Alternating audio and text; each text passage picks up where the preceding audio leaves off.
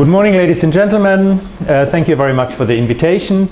I apologize that I wasn't here yesterday because I had to teach in the economics department and I couldn't skip this lecture because I did it already once in the term and I can't do it twice.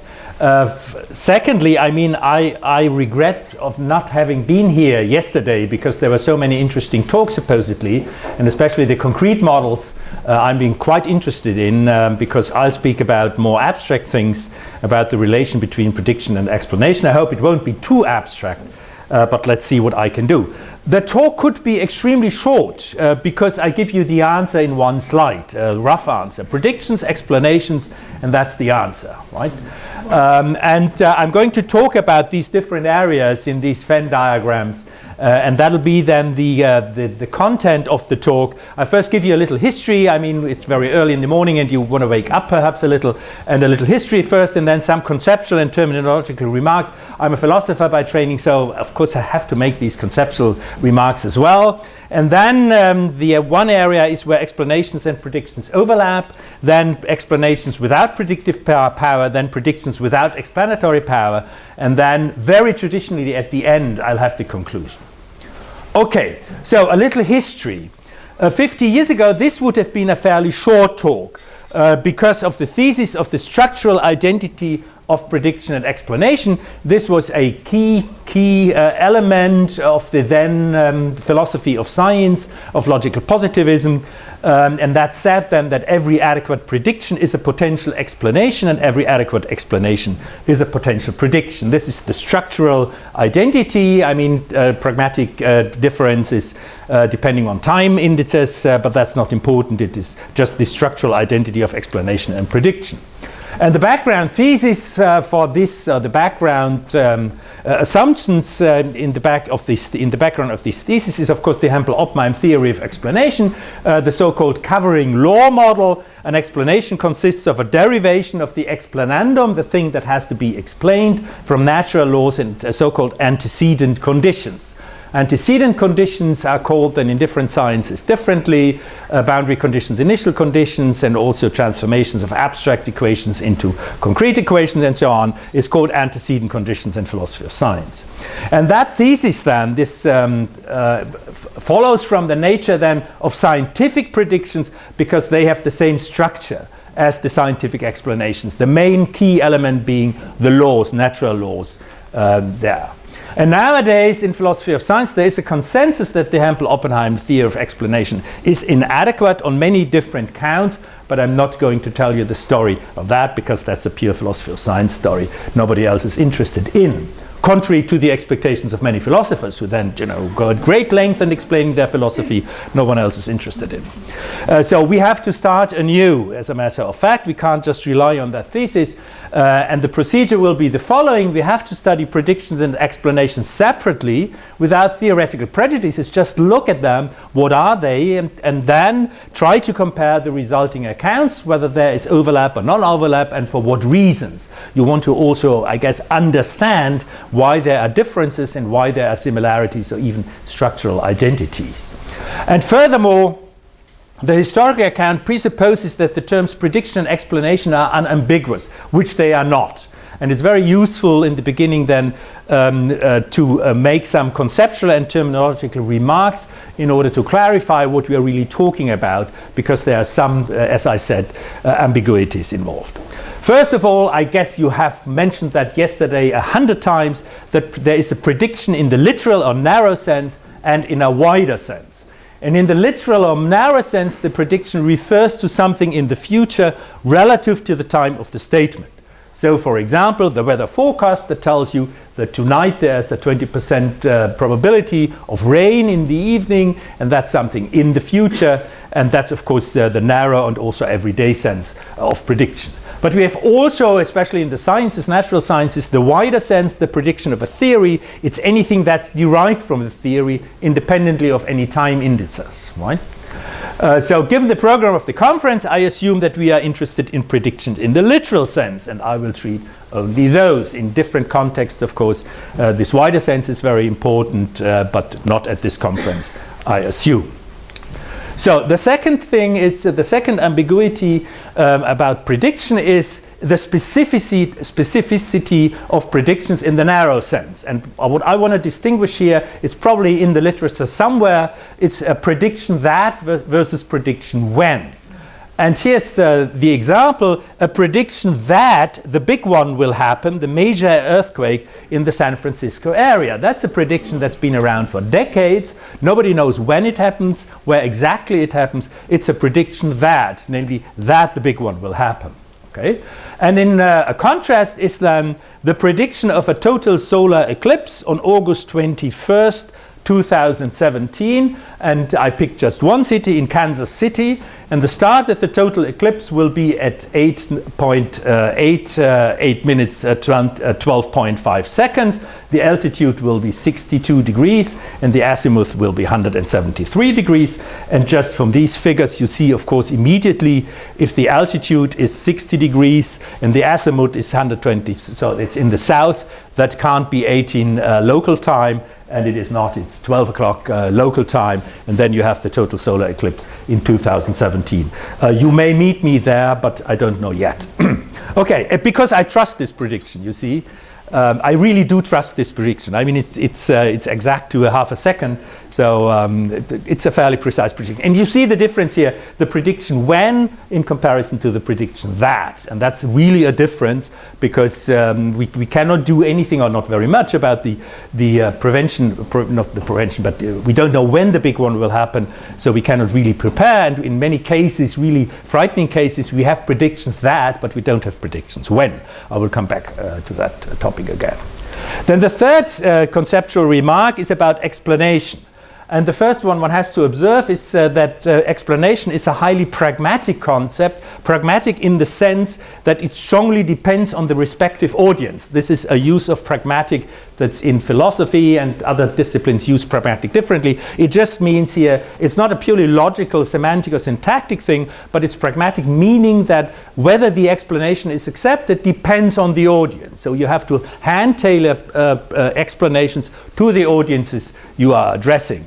So, for instance, what is an explanation for a layperson may not be an explanation for an expert, and vice versa. So that really depends whom you're talking to. So the next thing then is, what is the exact subject of an explanation of event E? Namely, that E occurred, or the properties of E, or which properties of E. There is leeway what the exact subject of an explanation is, and that, of course, again depends then also on the audience.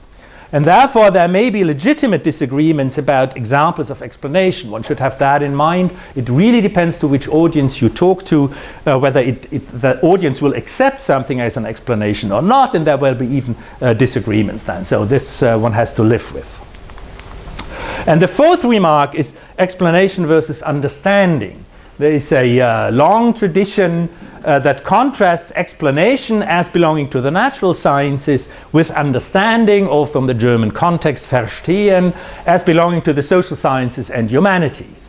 And I am not extremely happy about that form of that contrast, because in this contrast there are two heterogeneous elements involved that one should really distinguish. It's very important that one does so. The first one is there is involved a theoretical claim, namely a claim that there is a fundamental methodological difference between the natural sciences on the one hand and the social sciences and the humanities on the other. That's one thing, that's a methodological issue. And there is a terminological decision involved, and the terminological decision is that to call the respective different activities explanation for the natural sciences and understanding in the social sciences. So these are two very different things that are involved in the distinction between explanation and understanding. And I think that the terminological decision is extremely unfortunate. Even if one subscribes to the theoretical claim, even if you agree, yes, there are really fundamental methodological differences between these groups of sciences, the terminological decision is extremely unfortunate because in everyday parlance, explanation and understanding does not correlate with groups of academic disciplines. It's just used in both disciplines, explanation and understanding in both groups, and there is no terminological difference. Therefore, if you come from this tradition in the given context, the terms explanation and understanding must be seen as technical terms. then it's okay if you know that they are technical terms, but people tend to overlook this. And much of the discussion about explanation and understanding is just confusing the technical terms with everyday terms, and the whole discussion is therefore very much confused, although the subject matter of the discussion is very important. I think there is an interesting question in which sense the humanities and social sciences are very different from, if they are, from the natural sciences concerning these practices. Okay? So what I'm going to use then terminologically, there is an activity in research fields in which why questions are posed and answered, right, and then leading to explanations or whatever, and the answer of why question goes beyond the pure description of the event somehow. And this is, I simply then call, despite all possible distinctions, I call these explanations independently of the subject matter, namely social science, humanities, or natural science. I just call it explanations following everyday parlance there, and the necessary distinctions, methodological distinctions, one can use different terms and not understanding and explanations. So I didn't say now whether I subscribe to the methodological difference or not. I probably won't tell you, but I will give you examples of both kinds. All right. So these were the terminological preliminaries, and now let's talk first about the overlap area, where it's really the case that predictions and explanations in some sense overlap. And they indeed overlap in some of these cases in which the old structural identity thesis holds. And that means in those cases where prediction and explanation are directly based on natural laws or theories. And theories, of course, in the sense of the natural sciences.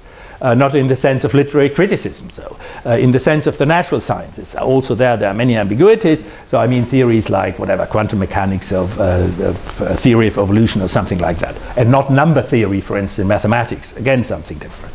Okay, so there is some overlap in some of those cases, not even in all of those cases. And there are three essential constraints on these explanations to be also predictions, if they are based on natural laws. And the first one is that the laws or theories that are involved there must be causal ones and not indicator laws, you know, where you have a connection between an indicator and a certain event and not a causal connection. I'll come back to that.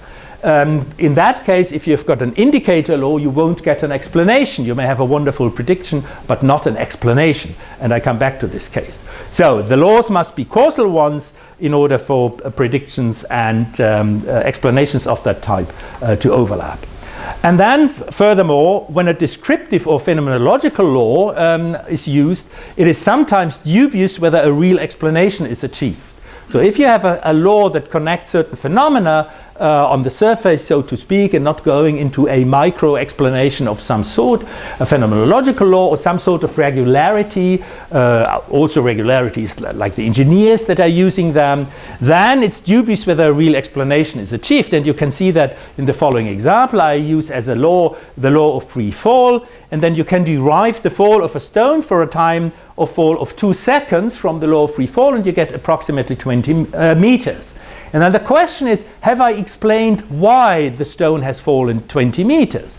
And that just depends what your relationship to that law of free fall is. Whether you think, yes, that's an explanation because it's derived from the law of free fall, or you say, I don't understand anything, I just get the 20 meters out of that law, but I don't understand why it was 20 meters, right? And that depends on the question. When you ask, for instance, how much did it fall during the first second, and you said 5 meters, and the second, then the second together 20 meters. Oh, that's amazing, so much more. And then you may say, oh, I understand, because there's a square time squared, and so on. So the question is whether that's an explanation.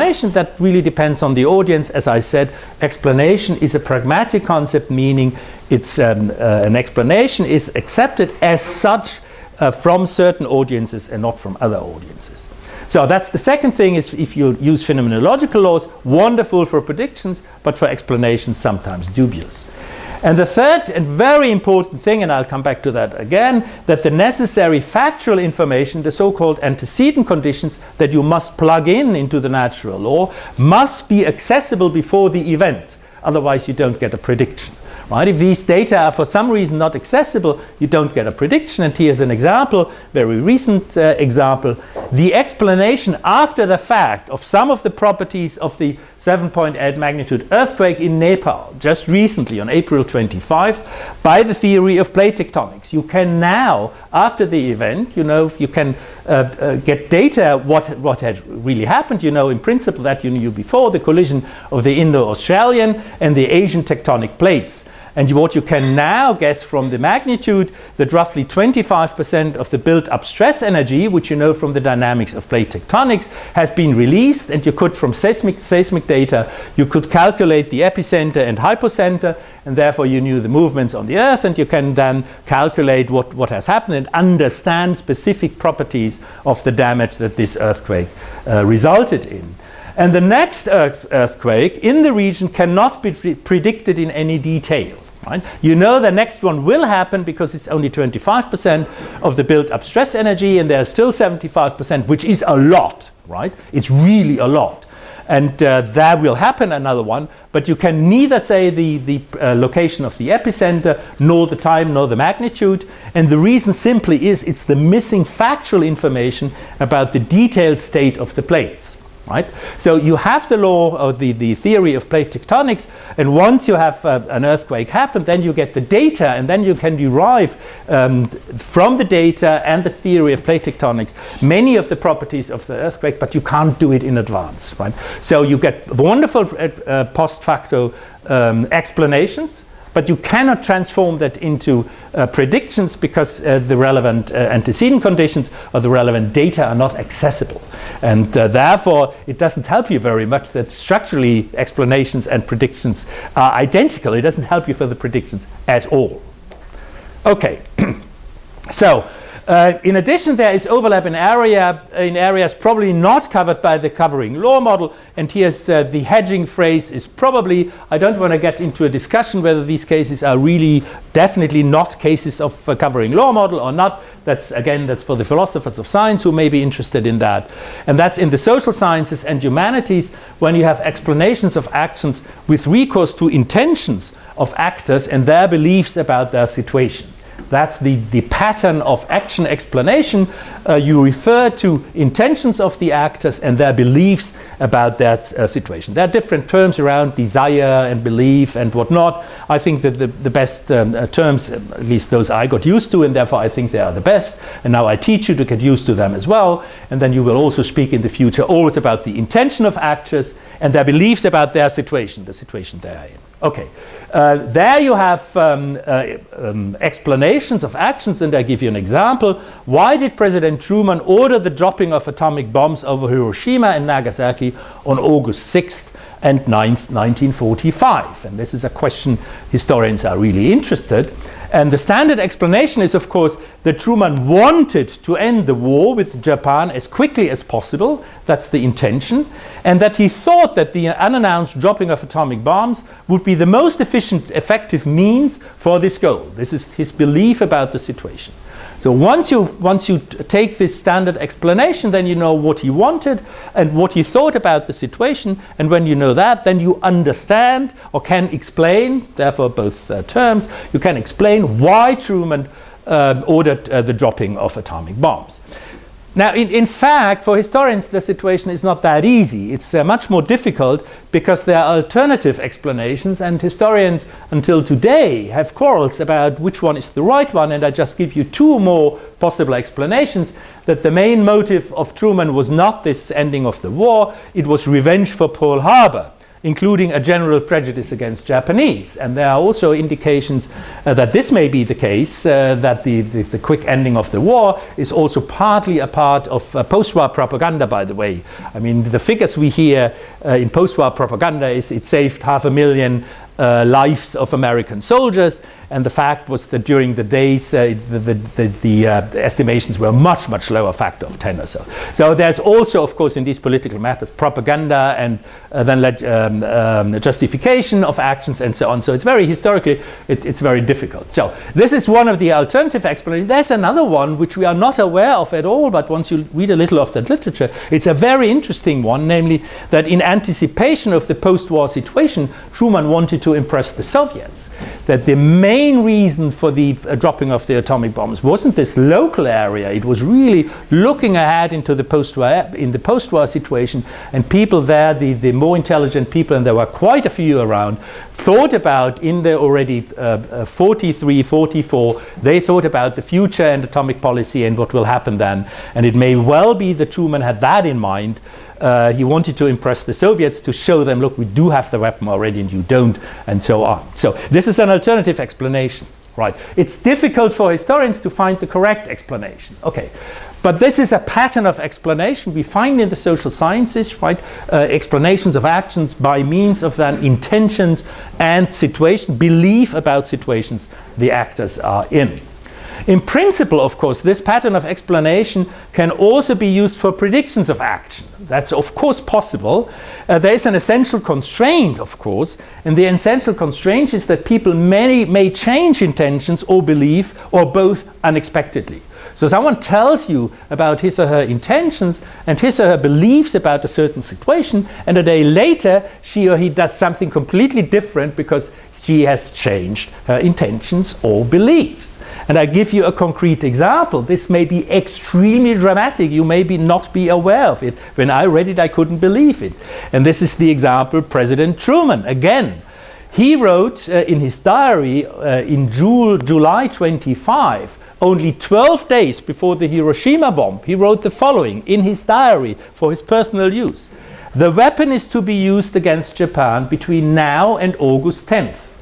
I have told the Secretary of War, Mr. Stimson, to use it so that military objectives and soldiers and sailors are the target and not women and children.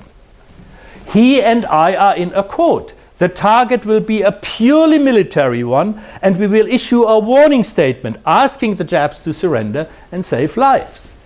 This is 12 days before the Hiroshima bomb. You know, announcing it was unannounced, and only military targets, right? This is just the opposite, and all the problematic aspects of the atomic bomb, you know, going to these cities is just not there, and also the warning, and it's just disappeared. He changed his opinion within 12 days. So if you had he changed his mind, and any prediction on this entry would have gotten essential details of the upcoming event fundamentally wrong.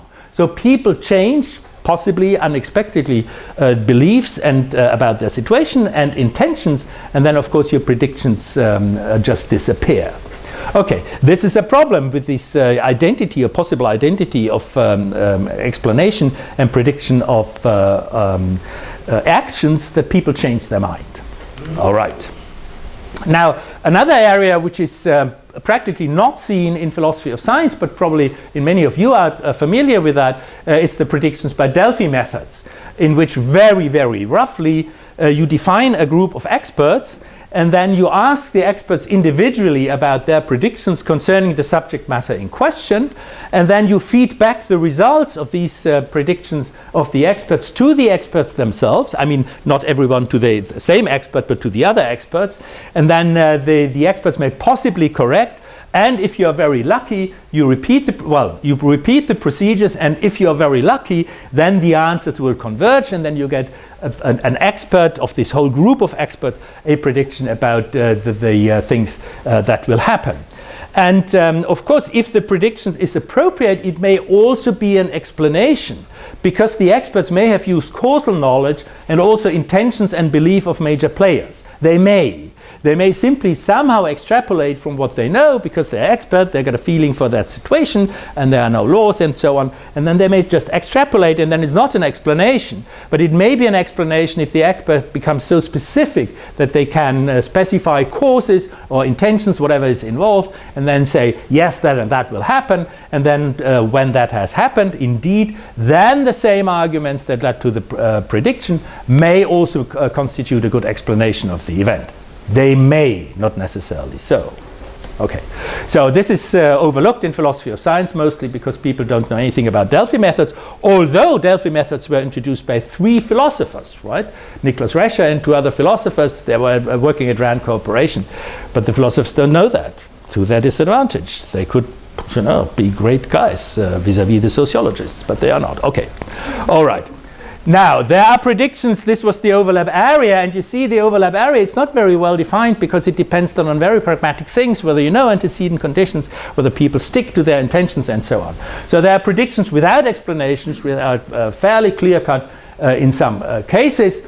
That, and the point is here, the thesis is that some predictions do not, even if proven true, provide explanations. And I give you here some examples. Then this may be puzzling because these predictions should be ultimately based on causal regularities, because that's our way how to look into the future, by causal regularities, and then somehow inductively or however generalizing. So you may say, oh, that this is funny, therefore every prediction should be finally an explanation, but it is not.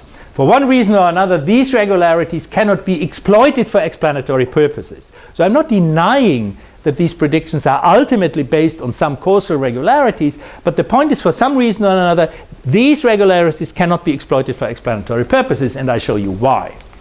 First of all, if you have predictions that are based on mere correlations between data sets, so you've got good correlations between data sets, and then you use the one for the prediction of the other because of the correlation. So for instance, this is an artificial example, you have barometric changes delta B, and by these barometric changes you can predict weather changes delta W.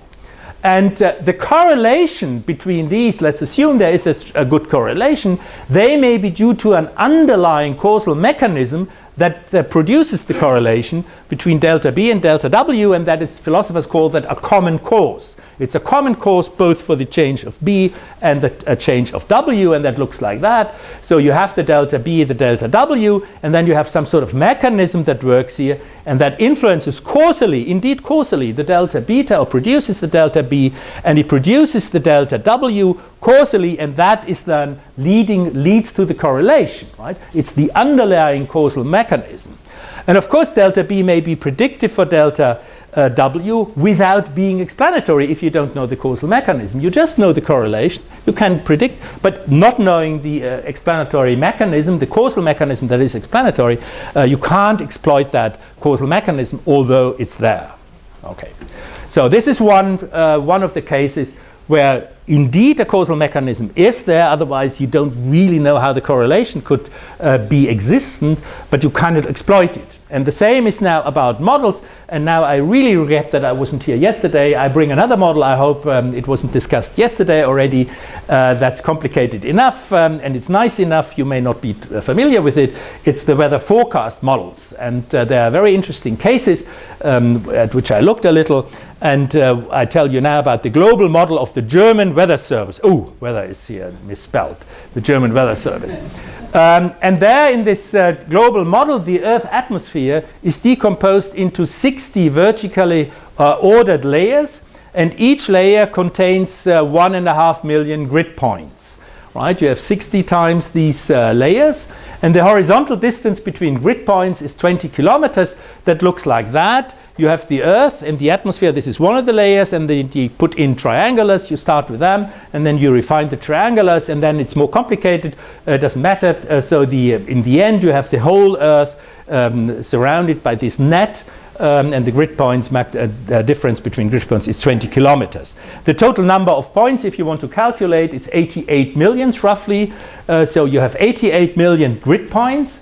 And then you have several variables at each of these grid points, namely the air pressure, the temperature, the wind components, water vapor, clouds, and precipitation. And these things are then connected by a set of dynamic equations. This is just then atmospheric physics, what you do. And then if you've got an initial state, you can in principle calculate how the whole system develops. And it's even more complicated because in this global model there are embedded more special models which give you more resolution, time resolution, and also concerning the weather variables. And the first model embedded in the global model is the regional model, Cosmo EU. It's Europe. There you have a grid length of 7 kilometers and only 40 layers, and you've got 17.5 million grid points. And that model is then you feed as boundary conditions, you feed the data from the global model in, and then you have this local model, and then you want to know more about Germany, whether it rains tonight or whether there is a thunderstorm cell or something. And in this regional model, you've got still a smaller model, the local model, Cosmos DE for Germany. There the grid length is 2.8 kilometers, and then you can see, for instance, thunderstorm cells and their development. You've got 50 layers and 9.7 million grid points, and you have an 18-hour forecast for Germany, and that's calculated every 3 hours, such that you can really predict that today in the evening there will be a thunderstorm in Essen and not in Bonn, right? And we'll say we are safe here. Okay. So this is quite complicated. It's quite a large model, of course. I mean, it's, the climate models are more well known, but in this one you can see roughly what's going on. And of course, these dynamic equations that you have in the model, they contain the causal mechanisms for the weather development, and they are explanatory in principle. I mean, there are the dynamic models, you know, how the thing develops. You have thermodynamics in it and fluid dynamics and what else, what you need. And then in principle, they are explanatory, in principle. However, in the intended output of the model, the weather forecast, the causal mechanism is hidden. You don't get that. You just get a forecast and says the weather will do this and that at that location, that quickly, and so on and so forth. And of course, in principle, it should be possible to extract from the calculations of the model the workings of the causal factors that are explanatory for the predicted weather state. In principle, that's possible. But the point is, you usually don't do that, and it may be quite complicated. All right, so you see there again, as in the first case, there is a causal mechanism, but the use of the model is such that you usually don't extract that, and therefore the prediction is not at the same time an explanation. Now, the most important case of explanations without predictive power you find in the historical sciences, namely so-called narrative explanations. And they're very interesting because there the explanatory power derives in a way that we cannot transform into predictive things. And I show you why that is the case. And first of all, narrative explanations tell a story about the coming about of the explanandum. Whatever the explanandum is, an event, a process, a thing, etc., an institution, or whatever it is, whatever the historians treat. Remember, there's also, or I may remind you that also natural history, I mean biology, paleontology is also historical sciences. So it's not only political history or social history or art history. There's also history in the natural sciences, paleoclimatology, paleooceanography, and so on and so forth. So there are many historical sciences, and these narrative explanations apply to all of them across the board, being it natural science or be it social science or humanities. So here I give you an example. In 18th century France, many roads were built in the countryside. When the topography allowed, these roads were straight connections between A and B, l'esprit géométrique, right, about which France was very proud at that time. And I mean, French mathematics at that time was just the very, very best in the world. And that was, of course, executed there, that the shortest connection between 2 points is the straight line, and therefore lots of straight lines. The roads were designed, and you find that still in the countryside of France, some of these roads. Now imagine you encounter the following. You find a road that was designed and built during that time, at that time, in a flat area that has the following form. Imagine you encounter that. And then you say, hey, that is strange, right? There isn't a mountain or anything, it's flat land, but the road has this strange form. What explains this surprising design? And in order to understand this surprising design, you have to tell a story. Really, you have to tell a story. And the story is the following. In the sweep, there used to be a chateau built before the road. And the owner of the chateau had excellent relation to the King of France, to the then reigning King of France. And here was the chateau, right? And because of his excellent relations, the owner could persuade the king to realize a road design that saved his chateau from being flattened, right? But in the 19th century, the chateau was dismantled and disappeared. And if you go there, it's just grass, right? Green land. And you don't find any trace of the chateau. But you see immediately, if you tell this story, then you understand, oh, that's the reason for this strange form of the street and why there is this sweep, although it's flat, and you have to tell the story of this chateau that was still there and the good relations and blah, blah, blah. So, now clearly this sort of explanation cannot be brought in the form of the covering law model, right? That you say, yes, that the essence of the explanation is some natural or social law. That doesn't really work, because there is no law of the form wherever the chateau is in the way of a road planned and built in the 18th century in France, and the chateau owner had excellent relations to the King of France, the road will be built around his chateau. There is just not such a law. I mean, there are so many ceteris paribus clauses that you must specify. There is only one case then to which it applies, and that is not really a good candidate for a law. So it's a very specific situation, and in order to recount the specific situation, you have to tell that story. You know, the story about the conditions at the time when the road was built, about this chateau, and then what happened in the 19th century. And only if you get these unrelated events, right? Only if you get, and they are told in the form of a story, only if you get these unrelated events, then you get the story, and then you get the explanation, and then the puzzling phenomenon will be understood. And to see that, you can even take now more refined and real-life examples, that there are no connecting laws of any kinds when one uses more complex examples like the outbreak of World War I, which is a wonderful example because it's such a complicated thing and so important, historically important. A long story has to be told. I mean, there are books, many books about outbreaks of World War I, and a long story has to be told about the situation of various European countries and their mutual relations up to 1914. We have to go back several years in order to understand the complex net of treaties that existed there and coalitions and whatnot, to see that what was in place in 1914, when then on June 28, 1914, the Archduke of Austria was murdered and set into motion a set of events that seemed to be beyond the control of all the governments at that time. That is at least the impression the historians get. And this event then triggered a series of events that finally led to the beginning of World War I. And one of the common stories is, I cannot judge it, is that, you know, nobody really in the end wanted the war somehow, but then, you know, it just happened. And it was just extremely unfortunate, and it just happened, and we can now only